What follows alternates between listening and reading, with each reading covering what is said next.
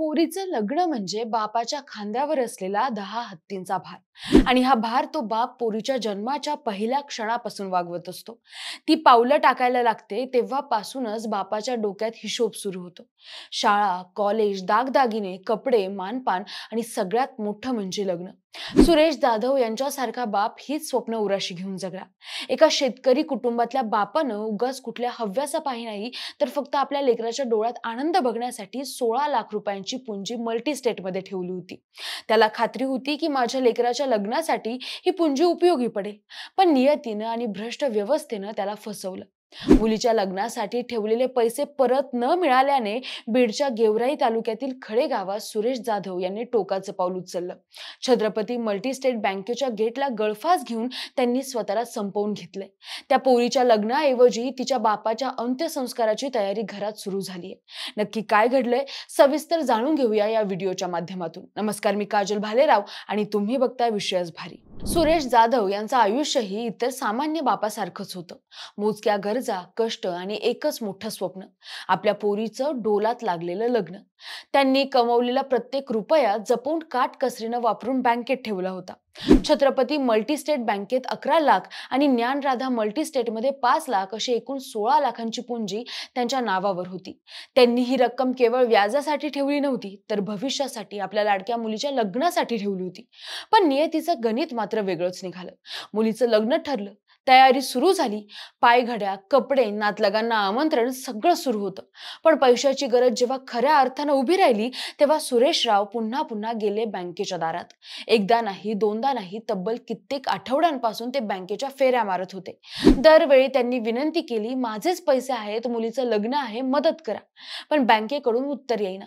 इकडे घरी खर्चाचे मार्ग प्रत्येक मिनिटाला निघत होते आणि गेल्या 2 महिन्यांपासून सुरेशराव बँकेच्या उंबरठ्यावर येत होते। न सांगता कित्येक वेळा ते बँकेत गेले, विनंती केली, माझे पैसे परत द्या, पण बँकेकडून केवळ टाळाटाळ।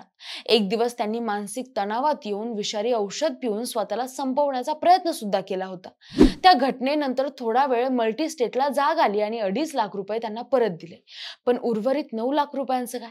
ही रक्कम मिळवण्यासाठी सुरेशराव आपल्या बायकोसह कुटुंबासह सतत बँकेत चक्रा मारत राहिले। 1 दिवस, 2 दिवस, आठवडे, पण कुणीही त्यांचं ऐकून घेतलं नाही। सहानुभूतीचा एक शब्दही कुठून मिळाला नाही। शिवाय गरजेच्या वेळी बँक व्यवस्थापनाकडून कोणतीही ठोस मदत त्यांना मिळाली नाही। सुरेश जाधव यांनी अनेक दिवसांपासून सातत्याने बँकेत चक्रा मारल्या, अनेक वेळा अर्ज सादर केले, विनवण्या केल्या, पण त्यांना आपला ठेवा परत मिळाला नाही अशी कुठलीही खात्री दिली गेली नाही। प्रत्येक वेळी थोडा वेळ लागेल अशा उत्तरांनी त्यांची निराशा वाढत गेली। या सगळ्या प्रकारामुळे त्यांच्यावर प्रचंड मानसिक ताण आला होता।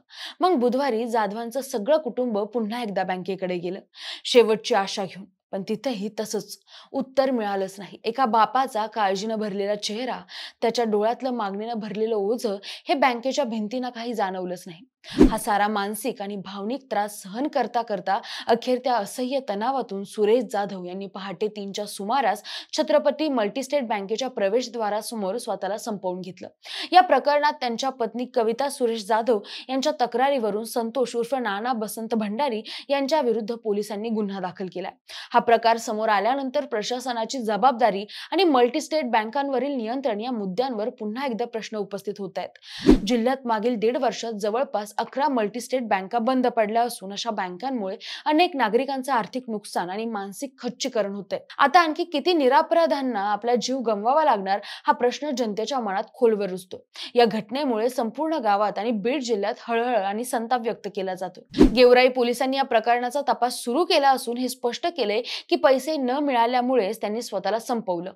गावभर हळहळ पसरली आहे। जे घर कालपर्यंत लग्नाच्या तयारीत घडलेलं होतं तिथं आता शोककळा पसरली होती। लोकांना विश्वासच बसत नव्हता की जो माणूस इतके दिवस मुलीच्या लग्नाची तयारी करत होता तो असं अचानक निघून जाईल। आज मल्टीस्टेट बँकांवर लोकांचा विश्वास डळमळीत झालाय, फक्त पैशासाठी नाही तर माणुसकीचं भान नसलेल्या व्यवस्थेमुळे। सुरेश जाधव यांच्यासारखा बाप आपलं घर, आपली स्वप्न आणि आपलं आयुष्य गहाण ठेवून गेला आणि मागे राहिली रडती बायको, धास्तावलेलं कुटुंब आणि बँकेच्या गेट समोरचा तो काळा डाग। जो पूर्ण समाजाला सावध करतोय आणि एक प्रश्न विचारतोय की माणसाच्या गरजेच्या वेळी बँका खरंच त्यांच्या सोबत असतात का? मंडळी, गेल्या 1.5 वर्षात 11 मल्टीस्टेटनं गाशा गुंडाळलाय. यात जवळपास शेकडो ठेवीदारांच्या 5,500 कोटी रुपयांच्या ठेवी अडकून पडल्यात. जादा व्याजदराचे आमिष दाखवून या मल्टीस्टेटने ठेवीदारांना आकर्षित केलं होतं. त्यामुळे आपल्या आयुष्याची जमापुंजी कोणत्या ठिकाणी ठेवता याची खात्री नक्की करा, कारण आपल्या आयुष्याची कमाई या मल्टीस्टेटमध्ये ठेवताना सुरेश जाधव यांनी खात्री केली असती तर कदाचित त्यांचा प्राण वाचला असता. बाकी तुमचं या घटनेबद्दल काय मत आहे कमेंट करून नक्की सांगा आणि सोबतच आपल्या विशेष भारी या YouTube चॅनलला सबस्क्राईब करायला विसरू नका. धन्यवाद.